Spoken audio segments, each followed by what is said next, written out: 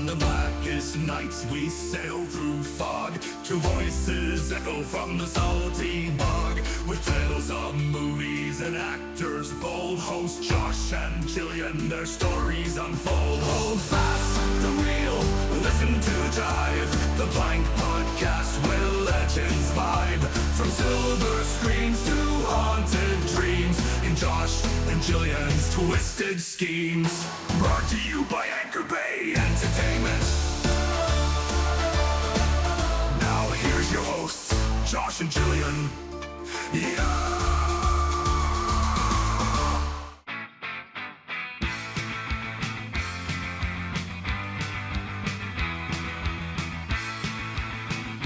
That's the light is green. All right. And 1, 3, 2, 1, and hello. Hey, everyone, and Jillian. You're going to talk to the audience? You're going to talk to me first? I figured I could do both. Yeah. But I think the audience likes it when we talk to each other because they don't want to be talked to because we're not interacting with them. Yeah, sure. Welcome, everyone, to The Plank, the new podcast by Anchor Bay Entertainment. Josh, introduce yourself. I think you just did. Okay, I'm Josh. Do it more. Jillian, I think I will. My name is Josh Wagner, and I am a podcaster, I guess. Now, I guess I'm doing it. I'm doing the thing. What were you before? A filmmaker? Well, I'm definitely still a filmmaker. That's actually how we met. That is how we met. Yeah. Remember? You want to tell people how we met? Yeah, I do. I am Jillian Lee Garner. I am an actor and podcaster here in Los Angeles. And I was connected with Josh because he was my director on a movie called Turning Point. How did he even know you were here? The bag. What bag? The bag, the duffel bag, the bag, my bag. You brought that here? You brought the bag with your fucking name on it here? Are you a fucking idiot? It's my lucky bag. Stop saying that! Stop! You're not 10 years old. How could you be so fucking stupid? How could I be so fucking stupid? They have a daughter pilot. I remember Turning Point. Oh, who could forget? Probably most people, since it hasn't gone out, and it might never ever. It will have its day. Sure. We'll make sure that it has its day. So Turning Point was a movie that I directed, and Thomas Zambek and Brian Katz produced, by the way, those names we'll be mentioning a lot on this podcast. Mm-hmm. If you don't know who they are, you will. They are the founders and the owners of the new rendition of Anchor Bay. So every time we talk about them or mention their names, you have a drink. Yeah. Right? Yeah. Doesn't an angel get its wings too? Exactly. Who's that? Oh, we haven't even introduced this guy yet, and he's chiming in over here. Oh my gosh! All right, hold on a second, fella. All we got to talk about Anchor. We got to finish Anchor Bay. All right, no, I'm just keeping my mouth. You have to stop moving. Sorry. Yeah. It's not so much me as it's the back of this chair. I know. So Turning Point, it's a movie that we made 3 years ago that we've been pushing for its release. Yes. And the distributors, they've given us every reason in the book as to why it hasn't been released, from like legal issues to not having the deliveries. Book? What book? What book? What? You said give me every reason in the book. What book? The book. The book. The book. Oh, right. The big book. The book. Anyway. How foolish of me. It's the burn book from Mean Girls. The good book. It's like the bad book. Yeah. But anyway, Sure. We were connected by Brian and Tom because they were the producers of that film.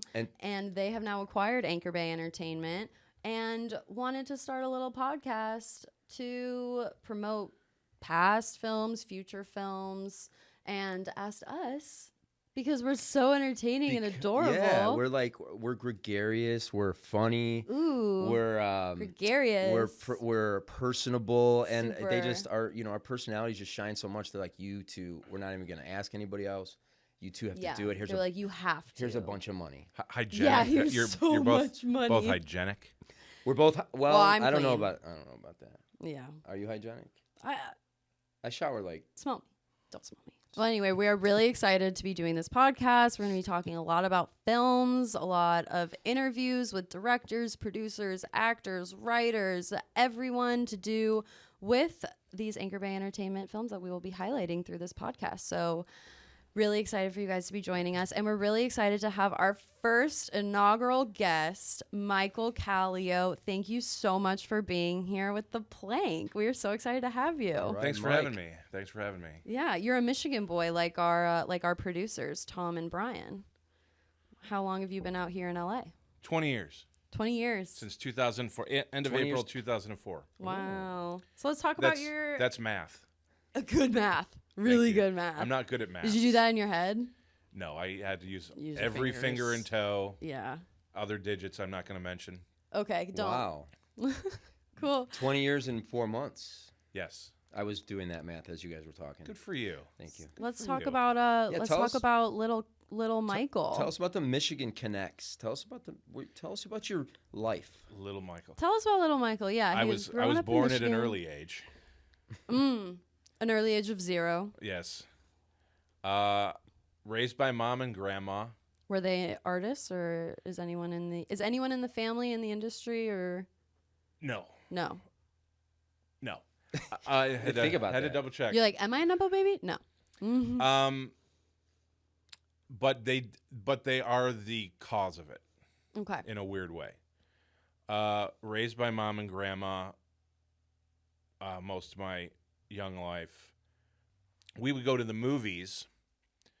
My mom worked for the phone company. She worked for Michigan Bell before it changed into several other companies' names, including AT&T. But she would get 3 weeks off for summer, and she would get 3 weeks off for Christmas time. And we had a tendency to have movie marathons where we would get up early, either have breakfast at home, or go out, and we would go to a mall, a Cineplex, and we'd pick 3, 4, 5 movies, and we'd do a movie marathon. So Wow. we'd go to 2 or 3 movies. We'd get lunch. We'd go to two other movies, 2 or 3 other movies, or whatever. It was between 4 and 5 movies a day. The big place we used to go to was the Fairlane Town Center, because they had a pretty big Cineplex there, and we'd see 4 or 5 movies a day. Wow. Possibly have dinner out as well, or go home and have dinner. But my love for film started with my mom. She took me to see Bambi when I was 3, and I stood the entire time. Wow. I probably pissed off the young couple that was trying to make out during it, because I was directly behind them, standing there going, "What's happening? What's going on?" Mom's dead. Yeah. That was, by the way, that's my first memory of being at the movies, Bambi. Bambi. You know who else's first movie that was? Harrison Ford's. No way. Not that he told me that personally, but I have seen interviews where he said that Bambi was the first movie. You're And like, we're oh my God, all- me and Harrison Ford are the same person. And we're all the different ages. Was that movie just in the theater for like forever. 40 years or what? Well, they re-released it a bunch of Yeah. times, that's for sure. Yeah. I mean, I'm Wow. sure there's people now who are like, oh, Jaws was my first movie that I saw in the theater during its whatever, Do you 40-year release. Do you remember your mom's favorite movie? I remember a movie she watched. She wasn't supposed to. Her friends told her not to watch the movie while she was pregnant with me. Oh, what? The 1962 Haunting. Oh. I thought you were going to say Rosemary's Baby. Did That she- would did probably she be one watch to it? avoid too. Oh yeah, she didn't care. She was. While she was pregnant with you? Yeah. Maybe that's what happened.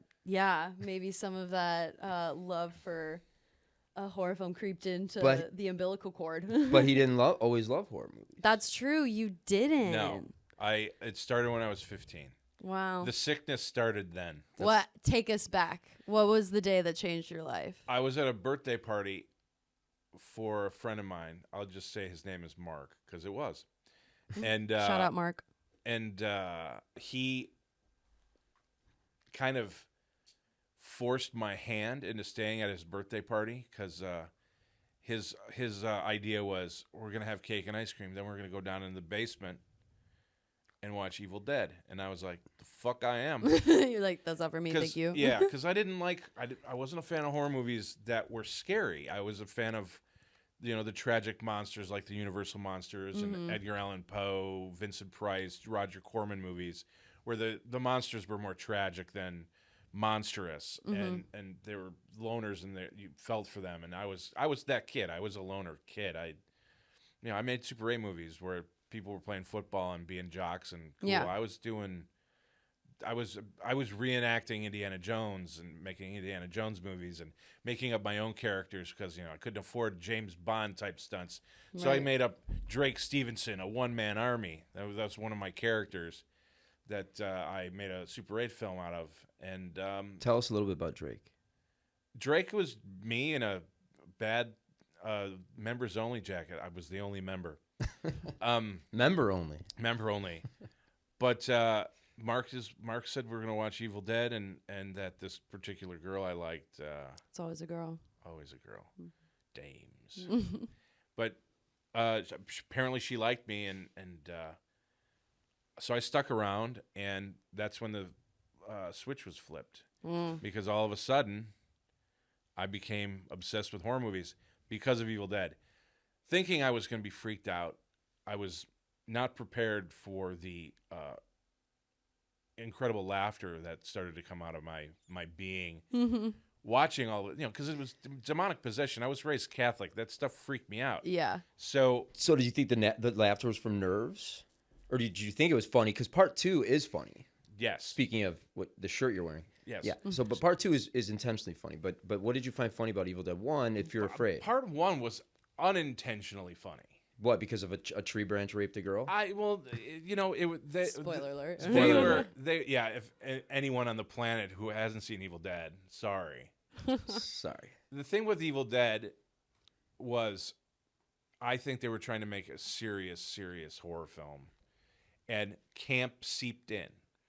Whether it was just the fact that it was their first movie or whatever, but it ended up working. It ended up working so well. I don't know, honestly. I go back and forth. Evil Dead 2 is usually my favorite one. Evil Dead 2 is good, yeah. But I love the first one just as much. So you see it, and the girl is death gripping me like I'm gonna save her. And you're like, this is awesome. Yeah, that's where you realize that you're the hero. You become a hero. A girl's gripping your arm, and I would have used her as a shield if a Deadite popped out of the TV came down or whatever. One of these kids were like, after ice cream started trying to kill us, I'd be like, take her. Do what you want with the girl, but leave me alone. So then that just opened Pandora's box. It did, because the next day I was like, I have to rent all the classics. I have to go buy Fangoria magazine. And I was already a fan of like Starlog and all the genre magazines. Cinemagic, which was a do-it-yourself Super 8 16mm film magazine. I mean, I read about horror and learned how to make things like masks and that, but I was never like the guy who was like going to make horror movies. Yeah. And that's what happened. What were the first movies that you rented? Texas Chainsaw Massacre, Halloween, Evil Dead again, Return of the Living Dead. Loved it. What was Return of the Living Dead out? I think Return of the Living Dead had come out in the theaters actually. But like I started going to see movies like House and Aliens, and I rented Alien because I had never seen it. Yeah. Wait, Alien or Aliens? Which one do you like better? Oh man, they're two different movies. Well, one's a horror, one's not, in my opinion. Agreed. One's an action movie, but it has horror overtones. Yeah, it's kind of like Evil Dead 1 and 2. One's a horror, one's kind of a comedy. Yeah. Alien versus Aliens. Alien is more of a horror, I think. Oh, it's definitely it's a suspense movie. It's a Hitchcock movie in space. Yeah. So you see Evil Dead, Texas Chainsaw Massacre, and all the classics, and in Evil Dead, Bruce Campbell's in that film. He is? And yes. He famously produced your first film, Hatred of a Minute. Famously. Yeah. Now that I'm saying that it's famous, it was famously. Michael, you scared the hell out of me. Thy soul shall find itself alone, mid dark thoughts of the grey tombstone, not one of all the crowds to pry into thine hour of secrecy. Yeah, Spirits of the Dead by Poe.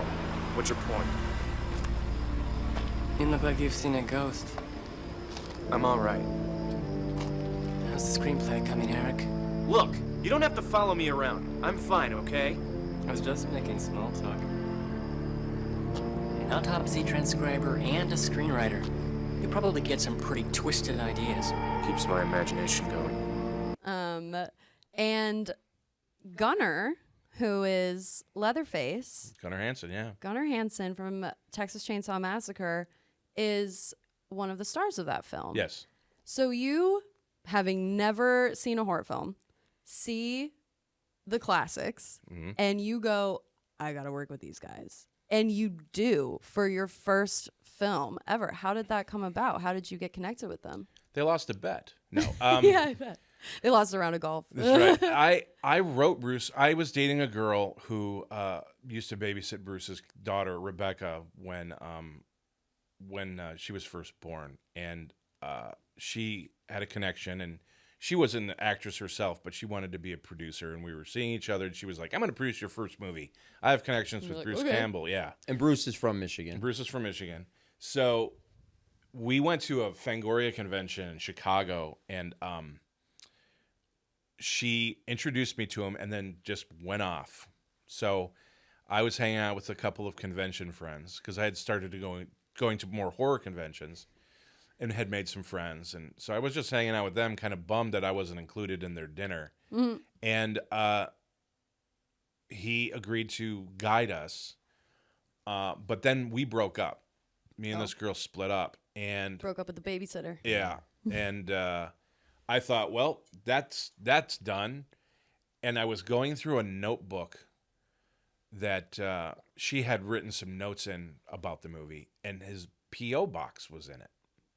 So I wrote him a letter. Nice. Which basically said, Dear Bruce, I am 20 years old. We met briefly at a Fango convention in Chicago through, I'm not going to mention her name because she's the devil. Still, I know, right? Still holding on to that. No, it's long gone, but she is the devil. No one's bitter. It's not bitterness; it's fact. You know, hey, two things can be true, and science. That's true. Two things can be true. But I wrote him a letter, and he responded.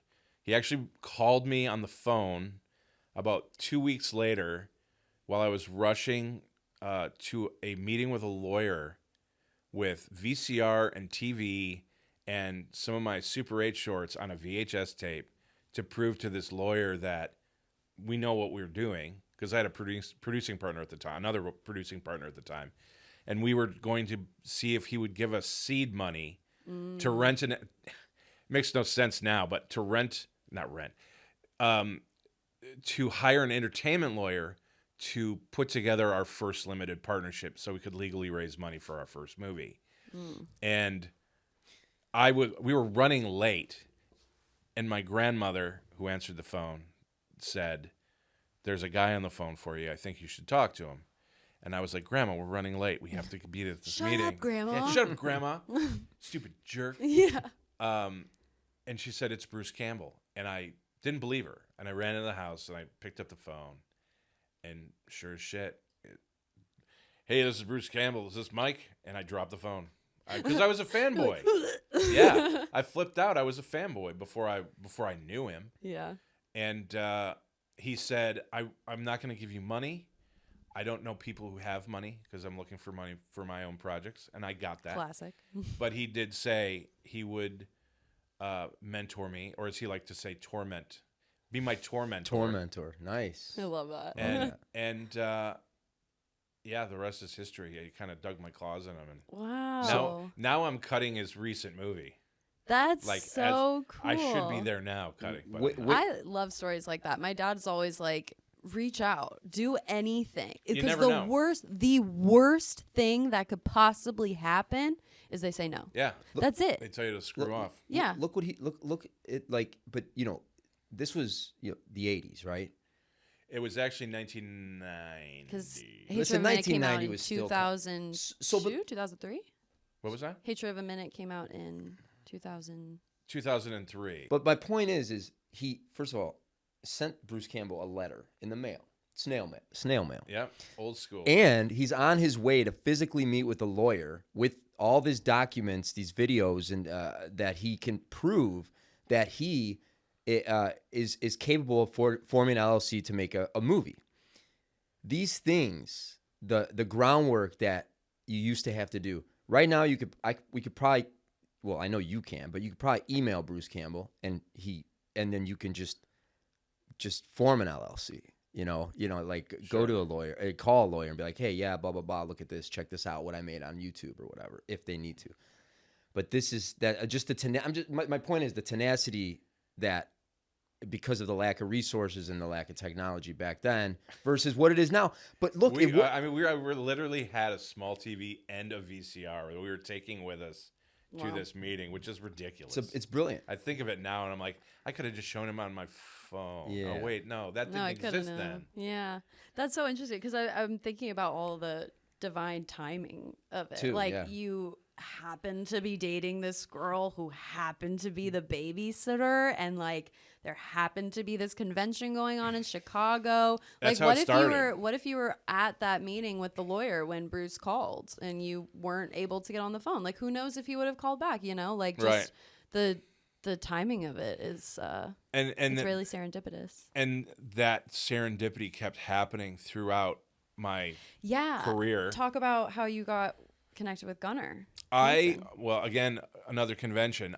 So not only did I start loving horror movies, the first movie I worked on was a horror movie shot in Pontiac, Michigan at the time it was called Them.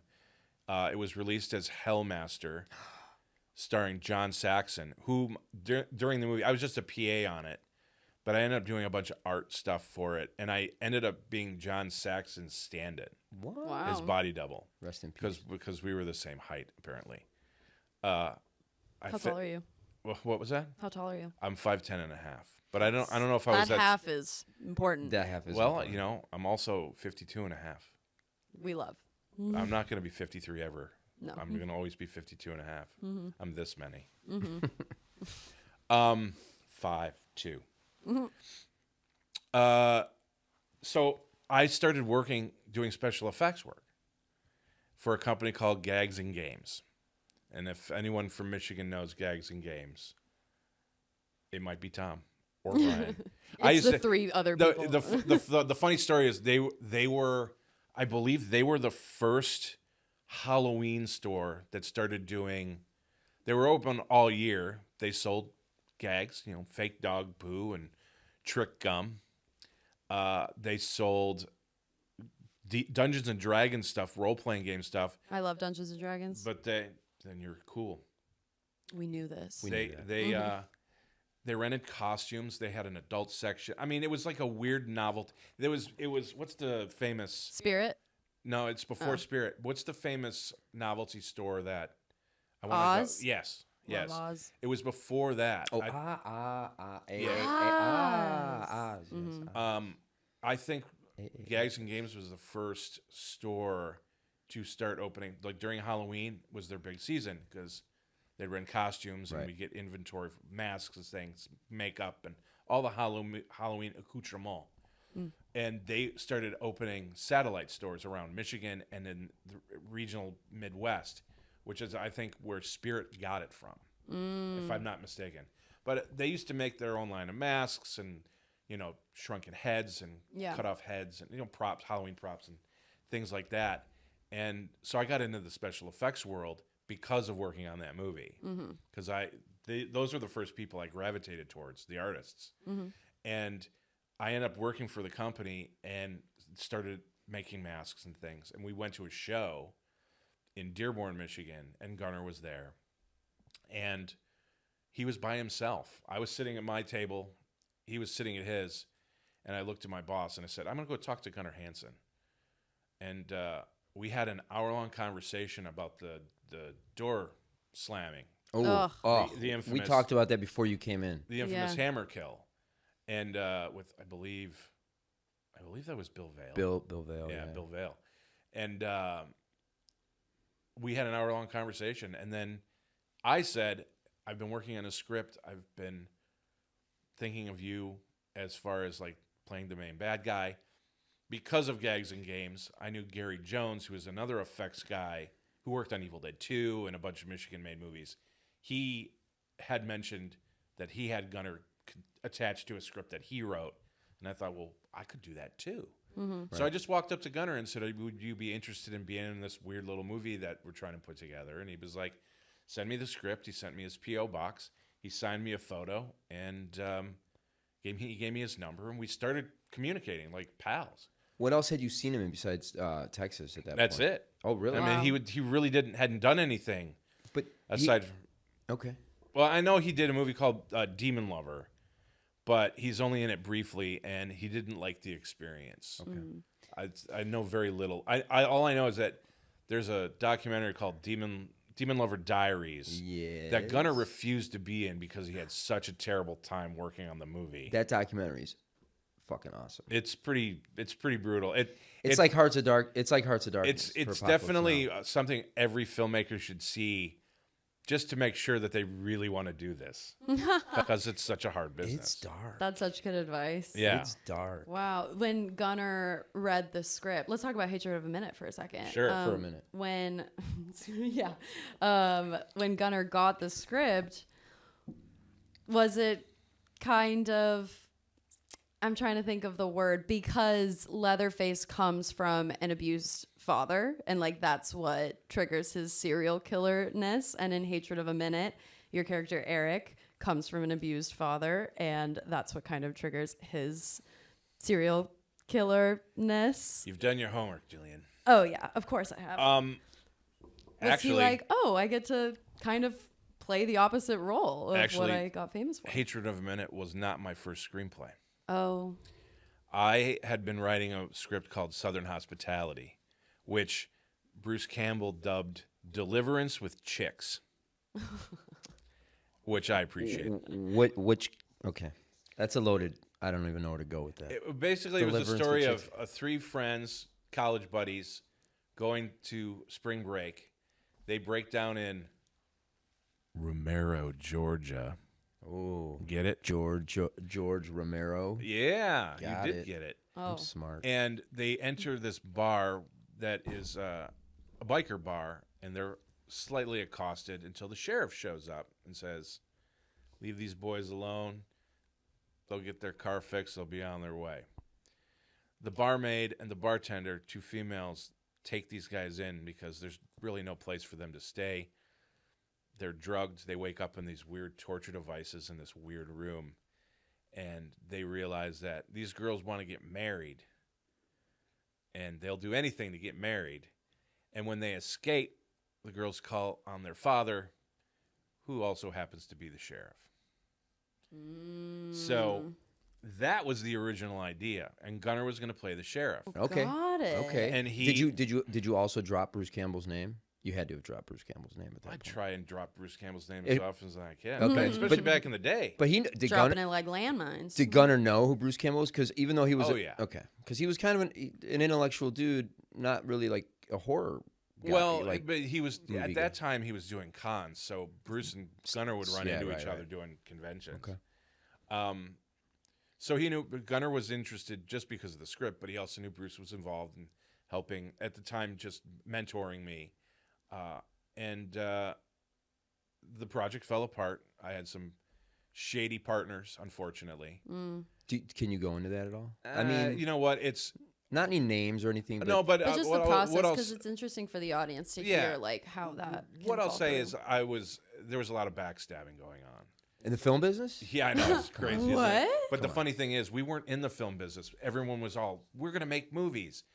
But and you're still in Michigan. Well, and we're in Michigan, and it's like the backstabbing was unnecessary. It was petty. And a bunch of Michigan backstabbers. Yeah, well, water under the bridge, water over the bridge, 2 tears in a bucket. Fuck it. That's ancient history. You want to waterboard them under the bridge? Then I did, yes, but make them walk the plank. The plank. But there should be a bell or something. We'll get a bell. We'll put one in post. But wait, like a bell sound. You mean like a no? We'll you get mean a like bell. this? We'll get a. Yes. I got the sound effect for you. I'll send it to you. Okay, great. I'll Dropbox. I need a good bell sound effect.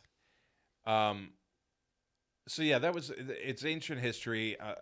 What I can say is this: I'm the only one making movies, and what are those people doing? I win. Not making movies. Wait, so hatred of an Counting. eight? I mean, hatred, the hateful eight, Hatred of a Minute. Oh yeah, your famous film Hateful Eight. the hateful eight. Hating every minute, as I used to dub it. All right, so all right. I got to figure it out. You're A so game is- pissed off at these guys. You write Hatred of a hatred Minute. of a minute. Well, and actually, what sort of did happen. I was pretty hurt that I was backstabbed, I guess, for lack of a better term, and I drove around one night, and it was around the holidays, and the thought that kept crossing through my head was the moment from It's a Wonderful Life where George Bailey's at the bar and he's depressed, he's sad, he's on the brink of suicide. And he prays. He's at the bar and he says, "I'm at the end of my rope." And I said to myself, because I was in that headspace, I said, "I'm at the end of my rope." And I said, "End of my rope limited partnership. That's what I'm going to call my partnership because I'm going solo." And I just kind of walked away from Southern Hospitality, and I called Bruce the next day and I said, we used to call it Soho. I said, "Soho ain't happening. I'm going to write something new." And I called Gunnar, and I said, "My so-called partners and I have gone our separate ways. I'm writing something new, and I'm writing something specifically for you in the movie." And so Hatred was based on a Super 8 short script. I was going to make a Super 8 short, 14-page short script, and I took that script and I unfolded into Hatred of a Minute. Wow. And then what did Gunnar think when he read that script? Well, this was the really cool part. I had given him, I believe Bruce lent me money to get an LOI, which for those who don't know is a letter of intent for Gunnar to be in the movie. So I paid him, I think, $500 for a letter that said, if the schedule's right, if the timing's right, I am more than happy to be an actor in Southern Hospitality. And I think Gunnar felt for me because I called him and I said, that project's dead. And I'm writing something specifically for you. And he said, "Send me the script when you're done." So about a month and a half, 2 months later, I finished. I sent it to Bruce. I sent it to Gunnar. Bruce thought it was cool. Sent it to Gunnar. Gunnar said he had received it and that he was going to read it over the weekend. The next day, he calls me and goes, check your mailbox in the next week. So I get an envelope in the mail from Gunnar, of official Gunnar Hansen stationery, and it was the same letter of intent. The only thing that had changed was the title of the movie. Sure. Oh, cool. What did he do? So- White it out? He actually retyped it. Oh, okay. On a typewriter. On a typewriter. On In his, the on his- 90s. I still have that. Letter too. So he basically didn't charge me for the new letter of intent. That's so nice. So the money carried over, and about 6 months later, we were making the movie, Yeah. and it was crazy because, here's two horror icons Yeah. that I Right. totally bamboozled into being Totally. involved. Right. Yeah, you But they had- manifested that. But for they supported sure. you. Like I was thinking. I was just wondering what Bruce said. Like, Bruce seems like a Midwestern guy, like a no bullshit kind of guy. He like is he is very no nonsense, no Yeah, bullshit yeah. Midwestern. So it fellow. seems like you're like, I'm gonna write another script, and he's like, yeah, fuck those guys, Pretty do much. it. And he probably gained more respect for you, saw that you had what it takes to kind of keep moving forward in this crazy, the film industry. I, as he calls it, the flake test. Apparently, Okay. I've every 2 years he'd give me a flake test, which I don't know if it was hidden or if it was just me still pursuing what I wanted. I've always wanted to make movies. I started making Super 8 movies when I was 6 because my grandma and my mom, who I was raised by, we'd go on family vacations. My mom would take the photos. My grandma would take Super 8 movies. So I'd use the leftover film. Which That's was what? cool. Those were like 50 feet spools, right? 50-foot spools, two and a half, 50-foot 3 spools. minutes tops. but I'd make 20-second whine. I knew we didn't have to whine. Did it have to whine? Come on. We had technology. Hey, we had a come little on. thing called batteries. Hey, we got look what we got. Some I some- see some the Super 8 collection. cameras Those right aren't there. Super 8 though. They're Actually 16. No, those are 8. Tom, there's 2 Super 8 cameras. There's 3 High 8? regular 8. and then not to be confused with high 8. That's video. Home videos. SOV as they call it, shot on video. America's Funniest Home Videos. But Demon Lover Diary looked like it was shot on 8. That was I think it was shot part on of the actual VHS. No, dude, that thing looks scary. I don't think so, man. So wait, what were you gonna? You look like you just took a big question. I have a lot of questions breath. for Hatred of a Minute. know, Like so do I, so do I. so All right, go like ahead. creating a serial killer that experiences love and grief and has a full anxiety attack and you know, a serial killer that the audience can kind of empathize with is a really interesting choice, considering an audience can usually go serial killer, bad guy, easy. Right. What led you to creating such an empathetic serial killer? Anti-hero, pretty much. I mean, was it part of it you too? Like, was part of that that character? I mean, I know you A played little bit is, but I mean, it's. When I was done writing it and I reread it, I went, oh, I just wrote an Edgar Allan Poe movie that Roger Corman would make with Vincent Price. Mm-hmm. I from all of that old horror that I watched, it kind of came out of me as trying to do something a little different with it. Mm-hmm. Hence, I don't know if I did. Hence the opening poem and the title. Right. What's the name of the poem? Two. T-O. T-O. But it has the expression hatred of a minute. I heed not that my earthly lot hath little of earth in it, and that years of love have been forgot in the hatred of a minute. There it is. Bam. Goosebumps. Okay. Put that in your pipe and smoke But it. still, why create, like, what made you want to create a character that is so originally evil, and yet you wanted the audience to sympathize with them? Because I'm sad. Aww. No, I want to play a bad guy and a good guy. yeah. Obviously, subconsciously, I wrote when I was done with the script. I was like, I'm obviously trying to emulate something that I used to love watching. Those tragic monsters that Vincent Price played, or the Universal monsters. I'm a romantic at heart, so there had to be a love story in there somewhere. And if it was a really twisted love story, that gives me goth points on my goth kid card. I think it was the fact that I didn't want to make a slasher movie.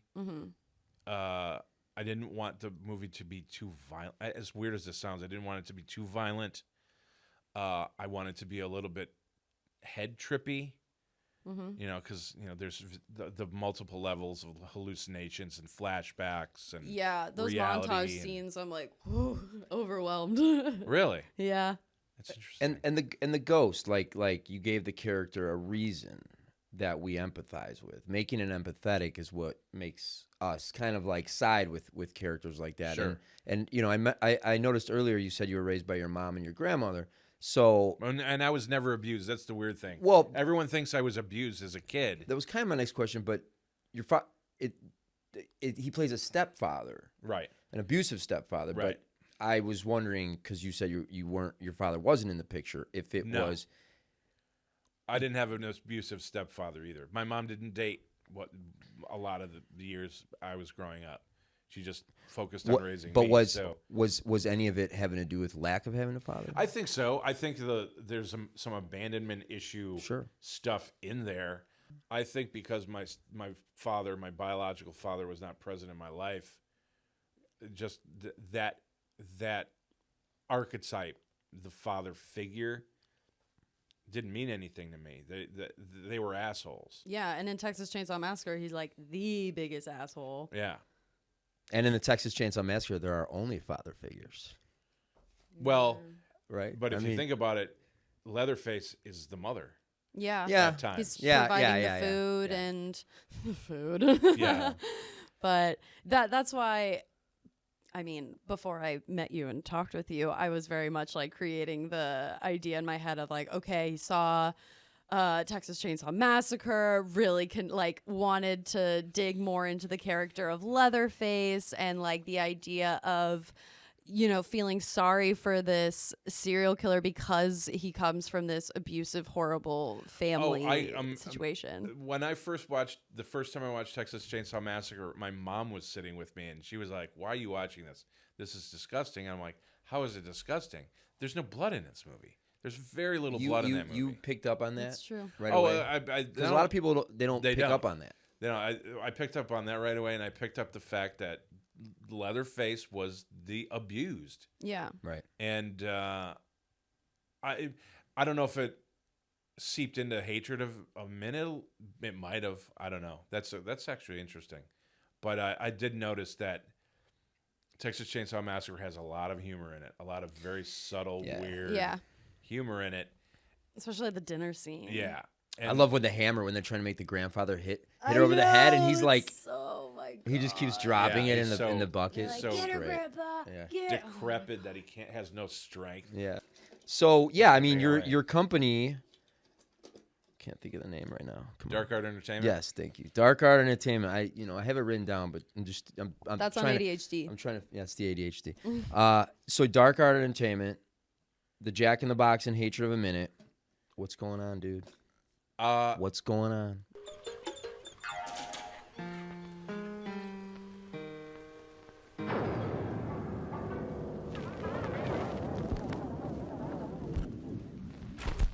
I always thought Jack in the Boxes were weird, but if you think about it, it symbolizes what happens to my character. It's the wind up and then the explosion. That sounded kind of dirty, but the wind up and the. It's just awful. Is this distracting? It's just always terrifying. It doesn't scare me at all.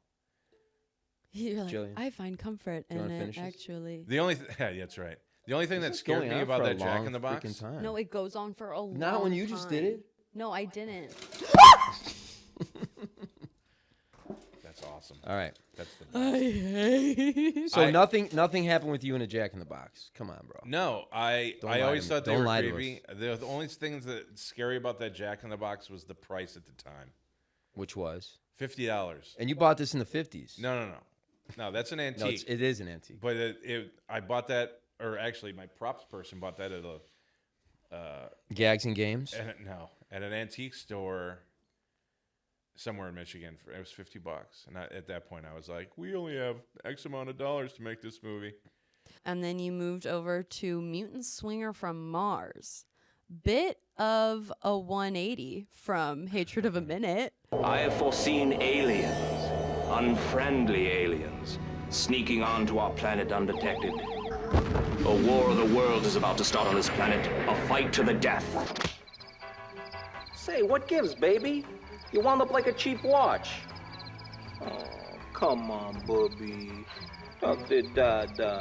That movie was always in my head somewhere, but it really started with when I wasn't directing and producing stuff of my own.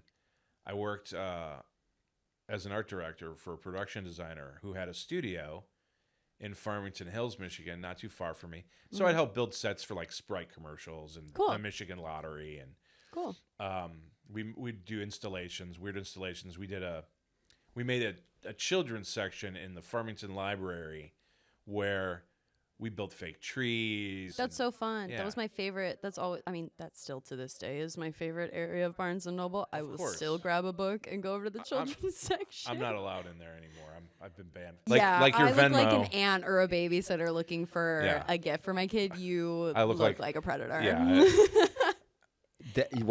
You're just from hanging out too much, reading books? Around children? Look at me. Look at him. I wasn't really banned from the. Well, it probably was. From just certain from the children's books. Yeah, I can't be near section? a grade school. Through. No, but like we're joking. Yes, I am. I'm completely fine. Are you? No, we Pat I Berry. would let you around my kids, Michael. Well, thank you. Yeah, of course. I have none, but I fooled her. You're around your hypothetical children. You can watch them. Mm-hmm. So like one of the, and it was gig work. It was freelance work. So I didn't work there all the time, but I worked for my buddy Rolf a lot, who owned this At the time, it was called Illuminations. It became Milestone Creative. Cool. But like our friend Pat Barry took a Furby and ripped it apart and turned it into an owl that we put in one of these trees. No. So it would hoot when it was motion censored. You're scared of fake owls? I hate that. I hate Furbies. I'm Well, scared of Furbies. it didn't look like a Furby anymore. We ripped it apart. Owls are scary. and made it. Yeah. Owls are unique. They are creepy. I love an owl. But Owls don't creep me But out. Furbies and Owls owls will are kill wise. you. Owls will kill you. Owls will kill you. Furbies won't. Yeah, but yeah. Furbies will Kill tell you your with love. Furbies will tell your deep dark secrets.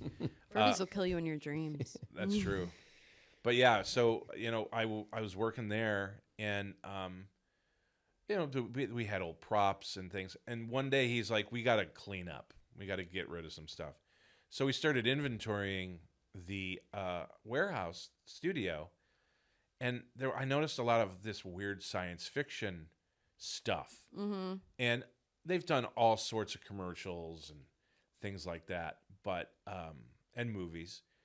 But I was curious about the science fiction accoutrement. I've used that twice today. Yeah, I was Yeah, going to you say, have. spell it.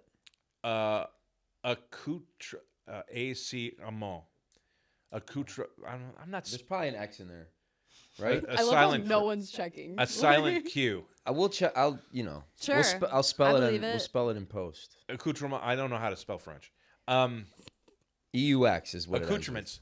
But no, there's all this science fiction stuff. So Rolf goes, the guys who used to own this place that he bought it from did all of the special effects for a movie called Flesh Gordon Meets the Cosmic Cheerleaders, which was a sequel to Flesh Gordon, which was a very, very famous porno film Yep. that was made with a bunch of special effects.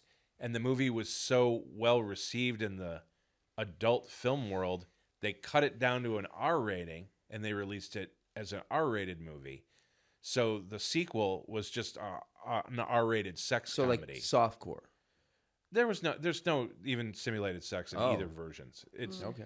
There's sexy time, So you're topless like, and that. Sexual I'm gonna situation. make a sci-fi film. I from looking around, I went, I could make a sci-fi movie. We could make a cool 50s sci-fi spoof out of all this stuff. And that's Wow. what we did. I pitched it That's to Rolf. funny. I was like, I got film in my freezer. Yeah. There's all Short of this ends. stuff. Short ends. Totally. There's all this stuff laying around. Let's make Yeah. a 50s sci-fi spoof. Very Orson Welles, obviously. Orson Very Welles Plan meets 9. Orson Yeah. Ed Welles Wood. meets Ed Wood. Yeah. Yeah. And I wrote that script in 3 days. Nice. That's great. It was just in my head, and I went. Talk about the choice to keep the whole frame in an old television. That wasn't originally my choice. Oh, whose was it? When the movie finally came out, because I shot that movie in late 97, early 98. Aside from the fact that Jack White, it's his acting debut, Right. Yeah. no one cared. Yeah. We had some bites. We had some interest as far as distribution was concerned back in the day. Matter of fact, after we shot it, because we shot very little film, Yeah. but we did shoot the whole thing on film. Yeah.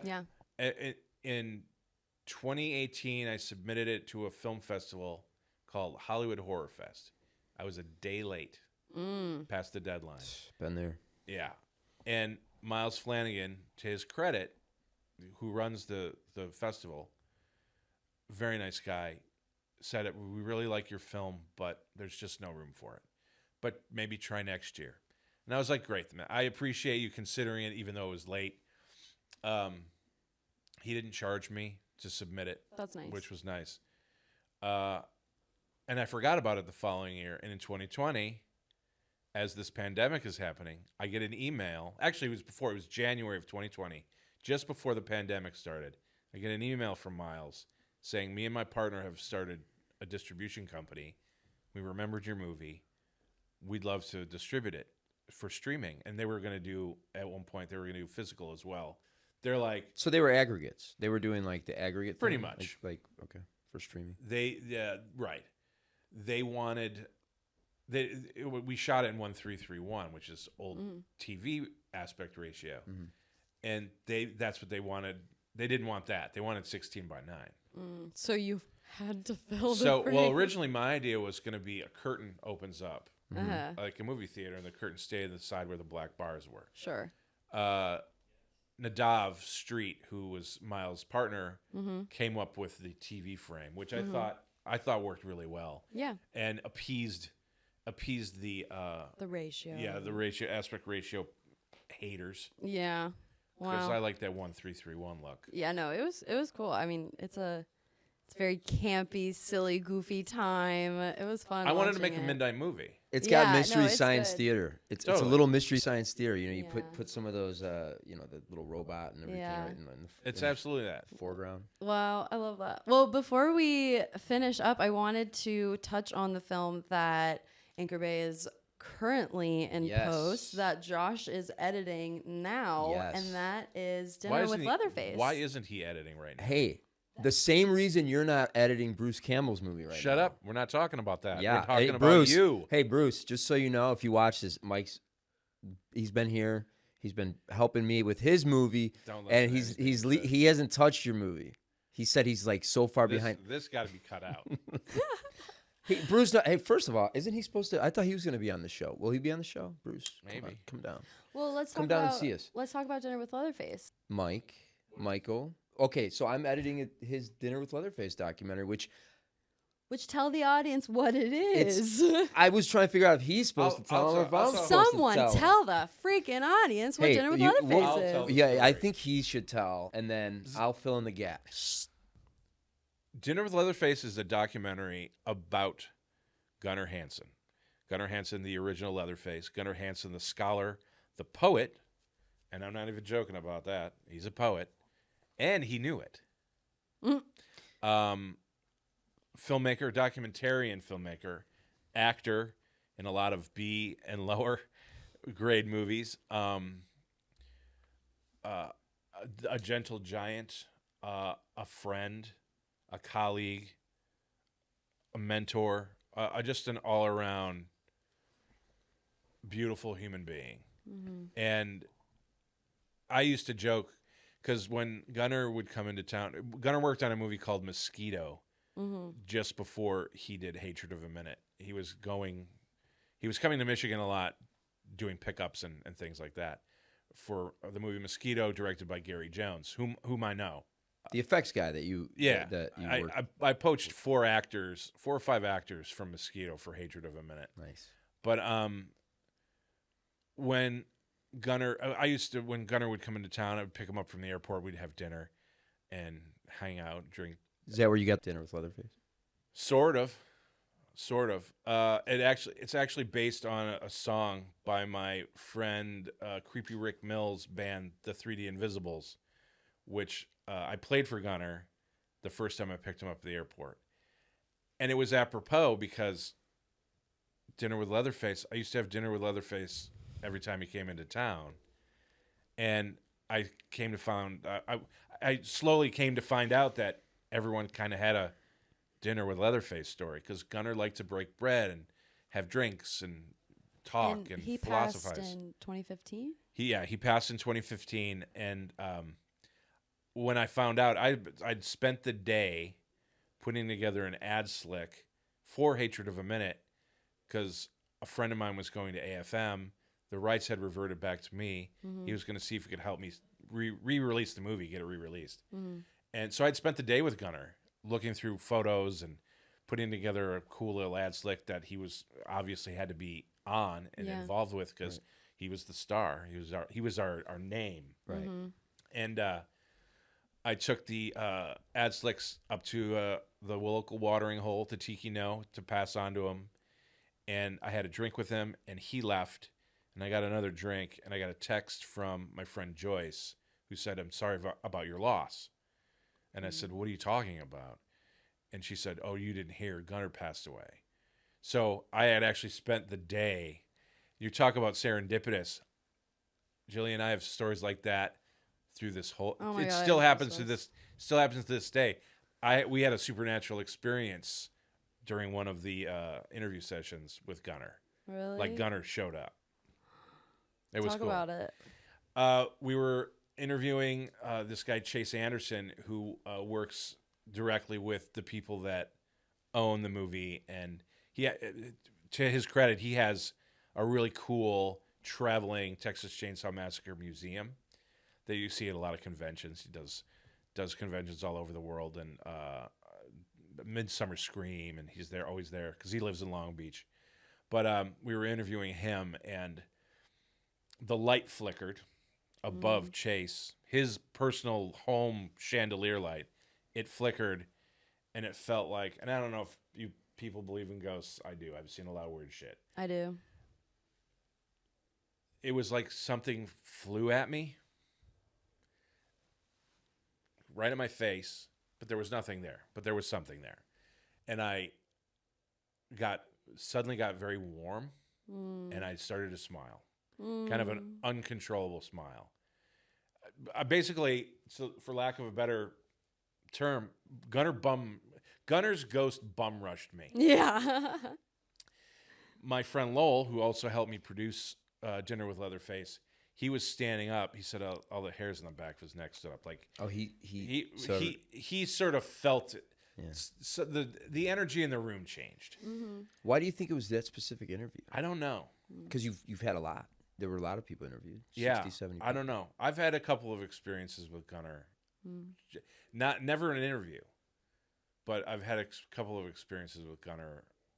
I think it always felt like Gunnar. Yeah, that were directly. You guys built a bond, and you're yeah, not clairvoyant, but you're open. Together. Your energy's open to it. Right. Well, I mean, in a weird way, I did kind of spend a day with Gunnar before he passed. And I never knew he was sick. And this is the really kind of sad part that I'll probably end up talking about in the documentary because it's definitely needed, I think. Yeah, we still have to do your interview. We do. Ironically, we do, but before the September 11th, because I leave for 3 weeks. Oh. So we should do it this next coming week. Okay. Gunnar and I, the last time I talked to Gunnar, he was pissed at me. Why? Because I was supposed to pick him up. He wrote the book Chainsaw Confidential, and he was having a signing in Burbank at Dark Delicacies.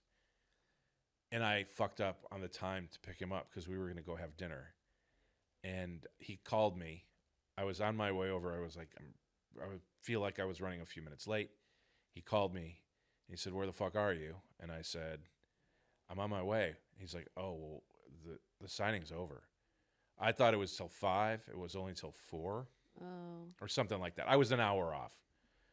And I was like, "Well, I can be there in a few minutes." And he was like, "Don't bother. I made other plans." And that was the last time I actually talked to Gunnar Hansen. And it still kind of hurts a little, but the encounters, for lack of a better term, the encounters I had that I feel that were Gunnar, I think he's forgiven me. Do you think that's no closure on your part? Like no closure from being is that the last thing you guys talked about was, I mean, the last time you talked, it was like, well, he was mad at you, an argument, not an argument. It was. I felt terrible. Yeah, of course. Because I didn't realize, I fucked up on the time. It could happen to anyone. Yeah. But I feel like the closure's happened. Okay. I've had a few experiences. That last one being interviewing Chase, where I didn't. Again, I felt warm and I started to kind of giggle. Yeah. I couldn't stop smiling because it was like such a strange moment. Yeah. But yet, how do you explain this to people? I saw something, but I saw nothing.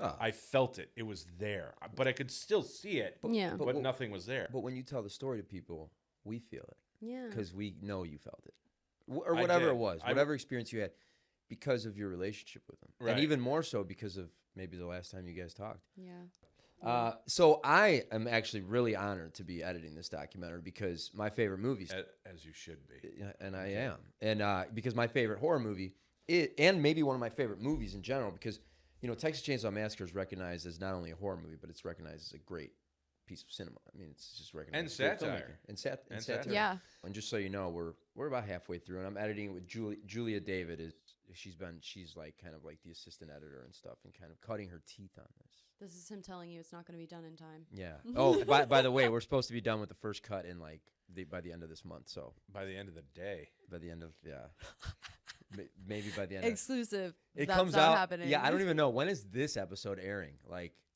but it's already done. It should be already by done. The time this episode airs, it's airing now. It's out. It's airing now. It aired 4 days ago. What can audiences expect when they see Dinner with Leatherface? Is it interviews with people who just had experiences with Gunnar, or colleagues, friends, associates, college roommate, love, very close friend. He lived in Maine. Oh, cool. He kept a very private life outside of the horror community, but also embraced both just as much. Like, he loved his horror people. He loves his private time. We're going to see both sides of it. We're going to see Gunnar as the poet he was, as the writer, as the documentarian filmmaker, as the actor of various styles of movies, genres, and a range of budgetary cornucopia of budgetary nonsense. Love that. Or lack thereof. We're going to see Gunnar, who he really was, and how much he was loved, and how much he encouraged filmmakers and writers and just anybody. He was one of those guys who backed. I'm getting a little misty-eyed, actually. Promised myself I wouldn't cry. The first time that I tripped up the ramp and looked up, and it was OMG. I'm fucked. It's that shocking scene. He jumps out, he hits the guy, slams the door shut. You wondered what was behind that mask. They blindfolded me, and I really was worked up into a tizzy. And then they yell, action, boom. I go into the kitchen. I see the hook, just to make sure they had two of the grips behind me and pulling me down just as the hammer. And here's this big guy. I'm a munchkin. That was really my first time actually getting to see Gunnar. He then takes Terry McMinn and throws her back into the freezer. And then Gunnar runs around the house, freaked out and panicked. He's hitting his head. There's something about just the humanity of him. He's the monster. He's the bad guy, but he's the human monster too. But he's the monster. The great thing about him, much like Bruce, Gunnar had my back. Bruce had my back. Has my back. Gunnar has my back. He still has my back. He still has your back. Those are his visitations. Yeah, he still has my back. And it's cool because, especially during the time where I was kind of struggling with relationships in this business in the beginning, starting out, Gunnar understood, that people can be mean. Yeah. And people can be kind of shitty. Yeah. Especially to each other. And just the fact that he was like on my side when things went south with my so-called producing partners and that. Yeah. He didn't have to do that. We were friends at that point. Yeah. He would, this was before the internet was even a thing. He would call me on the phone on the regular just to see how I was doing. And we'd have 2-3 hour conversations just shooting the shit. Have you seen any good movies lately? Have you read any good books? What are you working on? How are things going? Because it took a long time to raise money for any movie. Yeah. And I had one investor that gave me a little bit of money because originally Hatred of a Minute was going to be a $25,000 movie because that was the thing at the time. Yeah. People making, Kevin Smith making Clerks and full feature, and El Mariachi and Robert Rodriguez. I think. Oh my god. Well, before they gave him $150,000 to fix color it. correct. But it's so rare to have a mentor like that in this industry. And he was always there just to shoot the shit with or complain about something, vent, lament. But that was the cool thing. It was like I could say, Yeah, Gunnar Hansen called me. Me and Gunnar are pals. Gotta run. Gunner's calling. Sometimes we just need an ally, a little push. He was absolutely an ally, just like Bruce. Him and Bruce, just a few people, and same goes for up and coming filmmakers that I see or that you see. You know, who the experience is one thing. So like you see up and comers. I'm always trying to encourage people because encouragement like goes a really long way. Yeah, like, I was gonna ask if you could pass along your favorite piece of Gunnar advice to a young filmmaker now. What would that be? Don't listen to other people. Just do your thing. Mm-hmm. Move forward in your own way, in your own pace. Which is kind of why I said, you know what, fuck this. I'm gonna write something else. Yeah. I'm just gonna start from scratch. I don't need anyone else. I shouldn't say that. I didn't have anyone else. I had them. I had Bruce. I had Gunnar. And it was scary because I never set out to be a producer per se. It was by default because you had to. I had to. And same thing with editing. Like I never set out to be an editor. I made a joke to Bruce about editing Hatred of a Minute. I would do it like Robert Rodriguez did. And he said, that's a great idea. This was after several months of editing. I moved from Detroit to LA for like 3-4 months and stayed with Bruce and his lovely wife, Ida. And we were running out of money. We cut a trailer, and I went home with my tail between my legs. And he called me up and was like, well, how are we going to finish this movie? And that joke caused him to book the editing system and the assistant editor, who became the editor on this movie, on Hatred of a Minute, flew them out to Detroit, and I sat with, his name's Paul Hart. I sat with Paul for a week as he showed me how to edit digitally. Wow. And then I had the system for 9 weeks. Wow. So I was I don't want to say forced. I was gifted the ability to edit, which has saved my ass. Yeah. To this day, it's saving my ass. That's the number one thing, man. Directors and editing, you got it. They're hand in hand. I any director that I know that I've worked with that doesn't know how to edit, they constantly have to do reshoots. And they're constantly waiting around for other people to edit their movies, and they're not paying them, so they're waiting forever, so their movies never get finished. Right. And they don't pay attention to continuity. Yeah, and they don't pay attention, and they don't really they don't know how the movie's gonna look, so they have to keep going and reshooting. So it saves you money in the end, and also it does. And also you get to cut movies like Bruce's. Yeah. Yeah. And yeah, exactly. Like I said, it saved my ass plenty of times. Make some money in the process. Yeah. And like I just did a movie last year, $9,000. A movie last year? Yeah. 9,000? That's All in. possible? I did one before that for 2,400. Yeah. That's possible?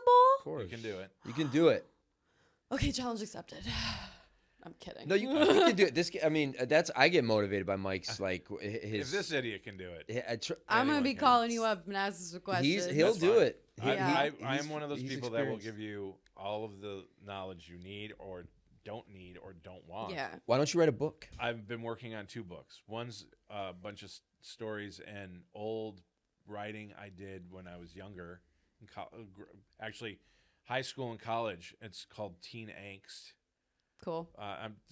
2 books I'm slowly working on that I have been for a while, partially because I have all these notebooks and I just want to get rid of some shit. Mm-hmm. So I'm like, might as well publish a book, and then I'll have a book and it'll be on a shelf and not some old banged up spiral notebook. The other one is about do-it-yourself filmmaking and low-budget filmmaking and no-budget filmmaking with a little bit of Hollywood anecdotes, being in this industry, anecdotes, and some cookbook tips. You can make that a textbook for what's colleges. The title gonna be? Because I know so many universities that need that. Like, no one knows that. All these universities and film programs teach these kids how to make these extravagant movies because the universities have all of this gear and equipment just at your disposal, and then they get out in the real world and they don't have daddy's wallet to help pay for their passion project, and then the dream dies because they have no idea how to do something for less than like $15K. Yeah. So I will read your book. We'll Please read finish your book. it. What's the title going to be? The title, I'm working on the title, but I think it's going to be called Adventures of a Blue Collar Filmmaker. Nice. Love. Wow. Nice. Well, Because that's what I am. I'm from Detroit. I You feel work- like I work very hard. You do. You do. And I feel like that's a pretty spot on Yeah. All right. Wow. title. Well, All right, Michael, thank you let's wrap this so much for joining us and being our first guest. This was congratulations. so much fun. And I'm so excited to see Dinner with Leatherface. Thank you. Me too. What an And honor. Yeah. You got to finish too. that. How did we do? This was your first episode, but it was our first episode. We all guys did great. Well, I think not we all you. had You fun. know what you do. We all had fun. Oh yeah, But you guys were great. Cool. Oh, well, thank you guys were so great. much for coming. And we hope course. to have you back on Oh, once Dinner with Leatherface is out and we look. can talk about it. When's the release date? October October. 2024. Love. Okay. That's Wait, what? I'm just kidding. Thank Okay, you. October. Like, yeah. I I'm know glad somewhere around there. I'm glad to. I'm glad I was on this inaugural podcast, and I like to talk about myself and my project. And so I like to ask questions. Perfect. Let's do this. This was tomorrow. beautiful. Yeah. Let's do it tomorrow. All right. Thank you so much, Thank you. Mike. All right. So, do we have an outro yet? That was it. Oh, You it'll be say like thank- some music. You say thank you so much. Thanks. We'll see you next week. Yeah, that's gonna edit. All right. well. And cut. Yeah, probably.